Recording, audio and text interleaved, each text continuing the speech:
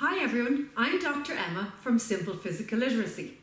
If you want to find out a little bit more about retained primitive reflexes, please look at our video on retained primitive reflexes in the video gallery. But today we're going to talk about ATNR in a nutshell. The asymmetric tonic neck reflex.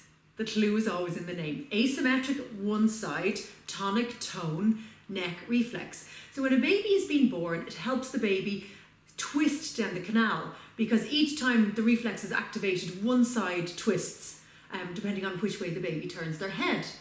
So when the baby is born, and you'll notice this with a small baby, when they turn their head to one side, the hand and leg on that side straighten out, and the hand and leg on the other side bend up.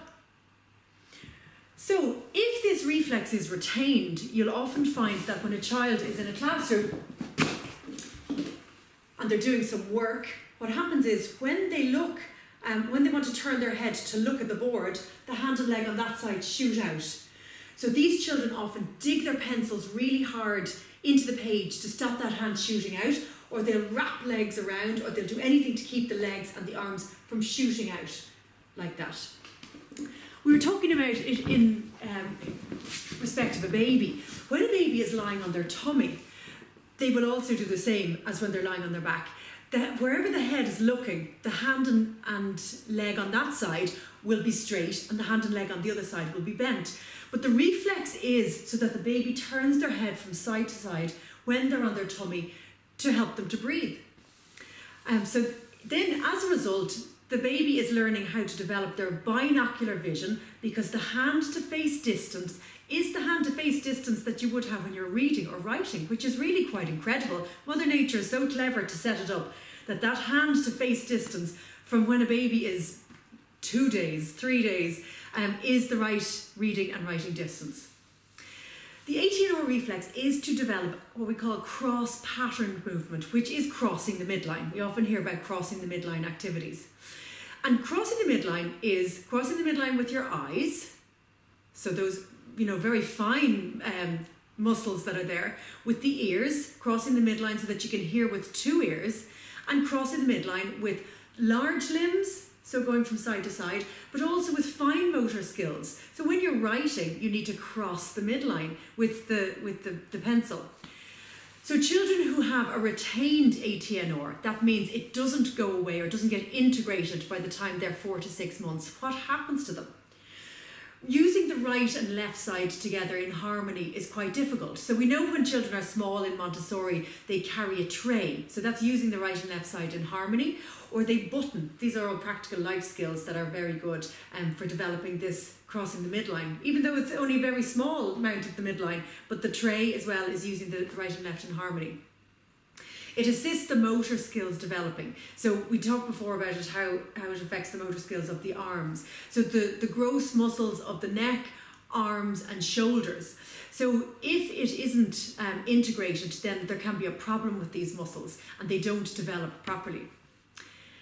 In school, what about the ATNR? Well, 50% of children with dyslexia have a retained ATNR. So that just shows us how much it is affecting children with their learning skills. They will have difficulty with this cross-patterned. They will often walk homolaterally, which means same side, same side. Instead of marching or walking, we need to develop this cross-patterned movement, same side. So you can imagine that a child would find it hard to run if they're in a homolateral sort of a pattern. So that can be difficult. Listening is difficult. So we all need to listen in school. That's really, what goes on a lot of the time. But because the 2 ears aren't working together, listening is hard, and therefore comprehension is difficult of it. Handwriting is hard. Because they're digging the pencil in to try and stop it shooting out, and also because their fine motor skills haven't developed. We need to get gross motor skills good first before fine motor skills develop. And if there's a problem with the gross motor of the neck, shoulders and arms, then it has a knock-on effect onto the fine motor. They often don't have a dominant side. So we would expect by the age of 7 that a child would be right or left side dominant. And really it can flip until the age of 7. by 7 they should have it. And ATNR children often don't have a dominant side. And while, you know, we often thought that being ambidextrous was great, if you don't develop a dominant side, it can have a knock-on effect on the development of the brain. We really should have a dominant side. What happens as an adult with the retained ATNR is when an adult is driving a car, and this is a real impact, driving the car, look to the direction that they want to, maybe look at a signpost, and the hands turn in response to the head, because the hands and the head and neck and shoulders never got disconnected. And again, turning that way. So you can imagine that actually could have a real impact on driving. And some of you might notice now, oh my God, I think that's me. You know, I think I find parking difficult, or you know, getting in and out of tight spaces quite difficult. So that's the ATNR in a nutshell. The school readiness is tricky when it's still there. So children aren't ready to get involved in the classroom because they don't have the right and left side working together. So they find manoeuvring around a classroom is tricky. And they also find comprehension, listening, reading, writing, all a challenge. But the exercises in the simple program are there to help, and they can really help with the retained ATNR and to integrate it. The exercises can be done at home or as part of the school day with a visionary principal or a really enthusiastic teacher who would carry out the exercises in school 3 times a week, the simple program, and that will help with children with the retained ATNR, or there's a home program that can be done at home.